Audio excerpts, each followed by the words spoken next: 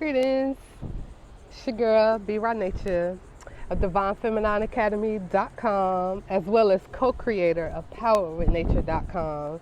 Yes, we added the new album, The Journey, on the website, so you need to go head on over there and check that out. So I am out here at the beautiful water, absorbing some of this wonderful sun, beautiful air. Oh, the breeze is blowing. It's just gorgeous, gorgeous, gorgeous. And I just wanted to do a quick video while I was out here and talk about some of the importances of getting out and connecting, especially when you are speaking about starting your spiritual journey.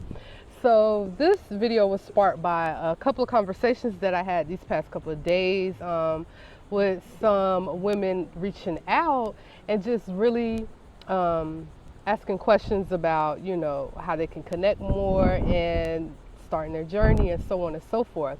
But first, I would like to direct you down to below this video. I'm going to link the Tap In How to Start Your Spiritual Journey ebook that I published about I can only remember. It was sometime last year. But yeah, the link is in the description. That is a great read. It's quick, it's easy for anyone who is, oh, I have chocolate. I was eating chocolate. It's all on my hands. So anyone who is just like looking for an overview on different topics, I give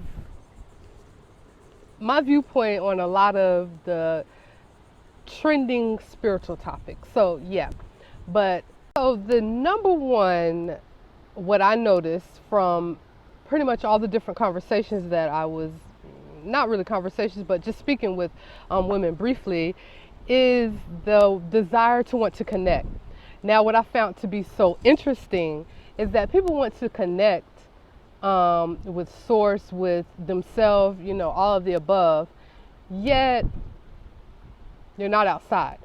You're not in the elements. You're not breathing in the fresh air. You're not getting any sun. You're not, if you're lucky enough to be by the ocean, like I am, or the mountains, or the river, or the lake, or the waterfall, or the streams, or the trees. I mean, all of these serve a purpose. All of them are great energy centers for you to get out into on a daily basis and connect and to sit with yourself and to, these electronic devices, turning them off or putting them on mute or leaving them inside or just disconnecting for a moment, getting your mind away from the being indoors, being locked in on your device for hours and hours at a time, especially if you're working a 9-to-5 type job, if you are going to school, if you are working from home. That's a big one. So you have to think about, how much time do you spend outside? How much time do you spend in the sun? How much time do you spend getting fresh air? And what I noticed amongst all of them is none of them were going outside. None of them were spending time with themselves.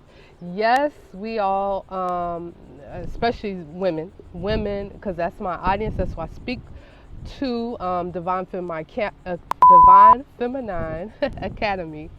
It's all about guiding and helping women to level up their life mentally, spiritually, and financially. That is what I love to teach. That is what I love to talk about, because that is what I've experienced. That is the work that I have done for myself.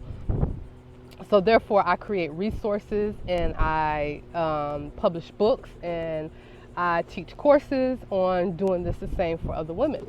So I just found it fascinating that if you are wanting to connect with source, how are you doing that when you're not actually physically putting your physical self in the space? Again, yes, everyone doesn't have the beautiful ocean, I understand that. I understand that a lot of people live in the inner cities. I understand that a lot of people live in apartment buildings and don't have the luxury of having a backyard. I've been there, done that. I did all of that. Okay. And I still found ways to get up from my apartment building that was surrounded by other apartments in a complex and put on my shoes and walk to the nearest park area or open area, maybe where there were some trees, just a space that I could be in, even though it wasn't perfect, even though it wasn't as I hadn't manifested this beautiful scenery for myself at that time. I still did the work and still made a conscious effort with my children, because all of us went. All the babies, we all going, because they love that too. They need that time and they want to be out as well. So I found that to be so very important. So I have to say that let's define a spiritual journey. A spiritual journey should be a journey that is going within self, because spirit lies within ourself. Spirit is the breath and the life of self.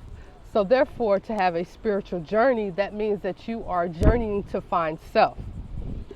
Spirit guides, angels, messengers, ancestors, if you will, if that's what you want to call all these different names, deities, entities. Oh man, I'm not even going, because I know all of them. I understand all of them. If you are wanting to connect and to have some type of relationship, if that is for you, with them, and I look at the time and it said 444. This is the space where those messages will come. This is the space where you can hear the voice of yourself, of source, of the divine. It's not going to necessarily happen in the fullest way that you desire for it to happen while sitting inside, looking at your device, watching TV. Yeah, we do those things to unwind. Yeah, we do those things to relax. We do those things for entertainment, etc. I know it, I get it.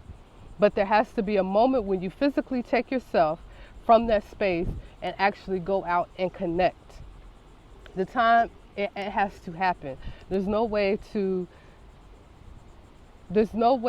start a journey if you don't move.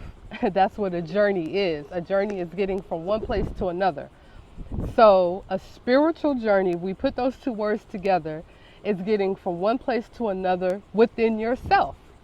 And in order to do that, you've got to move. You've got to take the time to connect, to get out, and to spend time in meditation. That would be the second question that I was getting from all of them. And shout out to those women if they're watching.